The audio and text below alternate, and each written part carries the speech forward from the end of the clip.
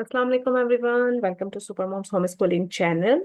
तो आज हमारी जो वीडियो का टॉपिक है वो है लेट्स लर्न स्पेलिंग रूल्स।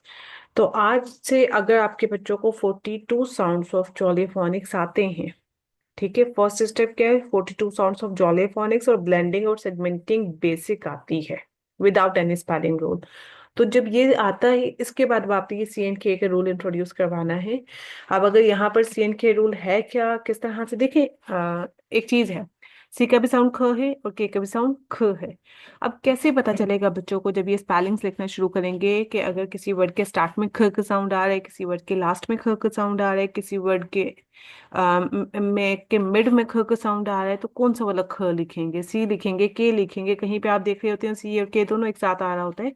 तो उसके क्या रूल्स होते हैं? जब रूल्स बच्चों को पता चल जाए तो काफी इजी रहता है उनको स्पेलिंग्स करेक्ट लिखने में, इंस्टेड ऑफ क्राइमिंग कि वो याद करें उसका रट्टा लगाएं। ठीक है, तो हम बढ़ते हैं।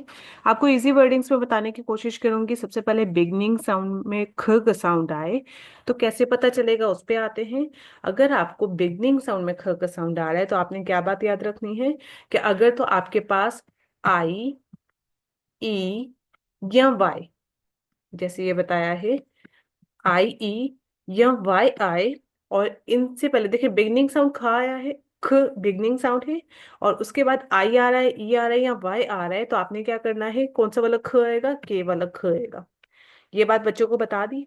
कैसे बता सकते हैं? आप एक काइट ड्रॉ ऐसे कर सकते हैं कि के काइट होता है, and then you will complete this kite like this. आप ये ड्राइंग उनसे बनवा लेंगे, जब वो ये ड्राइंग बनाएंगे तो उनको इजी रहता है याद रखना, क्योंकि उनके मस्कुलर मेमोरी में बैठ जाती है। देखें, ये बन गई हमारी काइट। अब यहाँ पे क्या दिख रहा है? आई और ई दिख रहा है, ठीक है।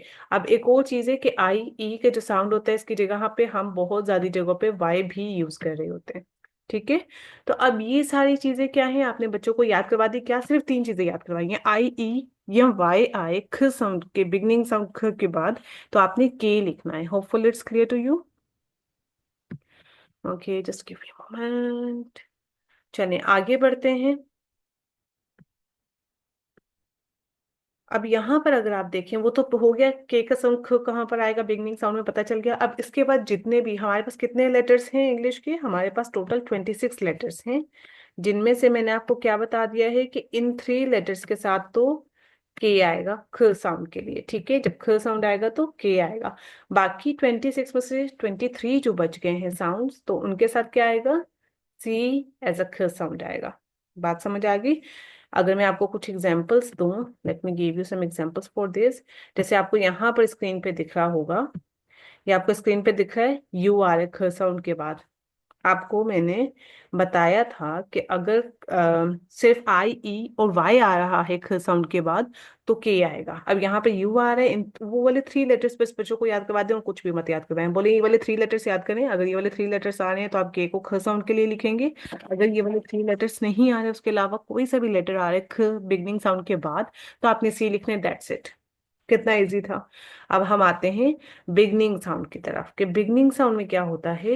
नाउ लुक, अगर आपके पास, ये तो हो गया ना, ये तो वही वाली चीज आ गई। बिगनिंग साउंड हमारा कंप्लीट हो गया है। अब एक और चीज आपने याद रखनी है कि सी और के कभी भी स्टार्ट में नहीं आता। सी और के एक साथ, together, they will not come in the mid, in the starting of the sentence, okay, in starting of the word. अब अगर हम आगे बढ़ते हैं, at the ending sound, C and K rule, at the ending sound. अब यहां पर आ रहा है कि अगर इफ यू हेयर अ ख साउंड आफ्टर अ शॉर्ट और single vowel, write it with the letter C and K. क्या मतलब हुआ इसका? कि अगर आपका कोई short vowel sound, short vowels कितने होते हैं? ई ओ अ, मतलब single A E I O you आई, और उसके बाद आपके पास एंडिंग साउंड ख आ रहा है, तो आपने सी और के दोनों लिख लिया। ये भी बच्चों को बता दिया, बच्चे कर लेते हैं। सिर्फ डिफरेंट वर्कशीट्स करवाएं आराम से, गूगल पे अवेलेबल है। उसके अलावा आप वर्ड बैंक डिक्टेशन ले लें उनसे, जब आप ये वाला रूल करवा रहे हैं तो ये जैसे वर्ड्स लिखे हुए हैं ऐसे और वर्ड्स के आप डिक्टेशन ले लें, तो उनको री इन्फोर्समेंट होगी और याद हो जाएगा, ठीक है। ये देखिए, ये सब में क्या हो रहा है, वन वन वोवेल आ रहे हैं ना, शॉर्ट वोवेल, ठीक है। जिनको शॉर्ट वोवेल का नहीं पता उनको बता दूं कि सिंगल वोवेल्स होते हैं। ए ई आई ओ यू जब अकेले अकेले आते हैं तो उसको शॉर्ट वोवेल से कहते हैं, और इनके साउंड्स क्या होते हैं? ए ई ओ अ। ठीक है। तो यहाँ पर आपने जब लास्ट में ख साउंड आएगा उनसे पहले शॉर्ट वोवेल आएगा, तो आपने सी और के दोनों साउंड्स एक साथ लिखने हैं ख साउंड के लिए। लेकिन एक और चीज, जब बच्चे रीडिंग करेंगे तो ऐसा नहीं करना है कि ए ख, ऐसे नहीं पढ़ना। सी और के दोनों सेम साउंड बना रहे हैं तो एक ही दफा उसका साउंड लिया जाएगा, ए ख, सैक। चलिए आगे आते हैं। अगर आपके पास, listen, if you hear a ख साउंड आफ्टर अ कॉन्सोनेंट और a vowel team, write it with the letter के।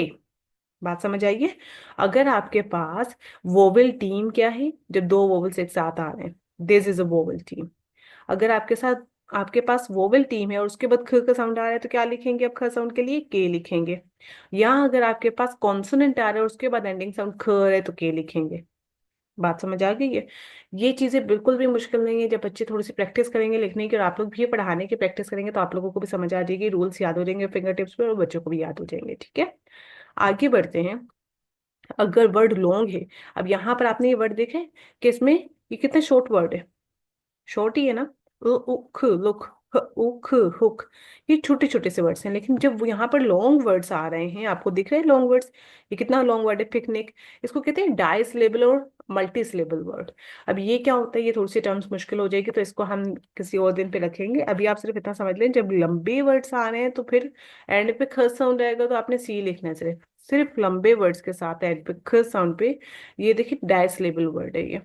ठीक है, अगर डाइस लेवल का पता है, दैट्स गुड। अगर नहीं पता तो बता दीजिएगा, उस पर भी वीडियो बन जाएगी इंशाल्लाह। अब आप ये देख लें कि यहाँ पर लंबे वर्ड्स है, लॉन्ग वर्ड्स हैं और उसके बाद यहाँ पर क्या आ रहा है, ख साउंड एंड पे आ रहा है तो हम सी लिख रहे हैं। ठीक है, बहुत इजी था। अगर इसको मैं वाइंड अप करती चलूं तो क्या हमें पता चला कि अगर किसी वर्ड के स्टार्ट में ख साउंड आए और उसके बाद आई ई एम वाई आएगा तो बिगनिंग साउंड हमारा के होगा, बाकी सबके साथ सी आएगा। ठीक है, और एंडिंग साउंड का रूल हमने क्या पढ़ा है कि अगर किसी वर्ड के लास्ट में हमारे पास ख साउंड आ रहा है और उससे पहले शॉर्ट वोवेल मतलब एक वोवेल आ रहा है तो सी और के दोनों आएंगे। अगर लास्ट में एंडिंग साउंड में ख आ रहा है और उससे पहले वोवेल टी मतलब टू वोवेल्स आ रही हैं या तो कॉन्सोनेंट आ रहा है तो हमारे पास क्या आएगा उसमें, एंडिंग साउंड में के आएगा सिर्फ। ठीक है, और अगर लॉन्ग वर्ड है और उसके एंड में ख का साउंड है तो सी आ जाएगा। It's too easy, fingertips पे याद करें, दो तीन दफा रिपीट करने हो जाएगा, प्रैक्टिस करें आराम से, बच्चों को आ जाएगा। अगर ये आपको रूल अच्छा लगा और समझ आया है तो कमेंट करके क्लास में बताइएगा। होपफुली आपको सीखने को कुछ मिला होगा।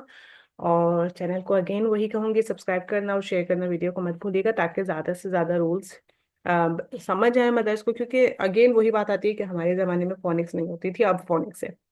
तो प्लीज़ कोशिश करें कि ज़्यादा से ज़्यादा इसको वीडियो को भी शेयर करें, ताकि जिनको प्रॉब्लम आती है उनको भी ये चीज़ समझ आ जाए कि ये रूल है क्या और किस तरह से करवाना है। और मज़ीद इससे अगर आपको 42 साउंड्स पता है फोनिक्स के, दैट्स गुड। अगर नहीं पता नहीं वोंट कि मैं उस पर एक वीडियो बनाऊं तो उसका भी आप कमेंट करके बता सकते हैं। अल्लाह हाफिज, यू इंशाल्लाह नेक्स्ट वीडियो।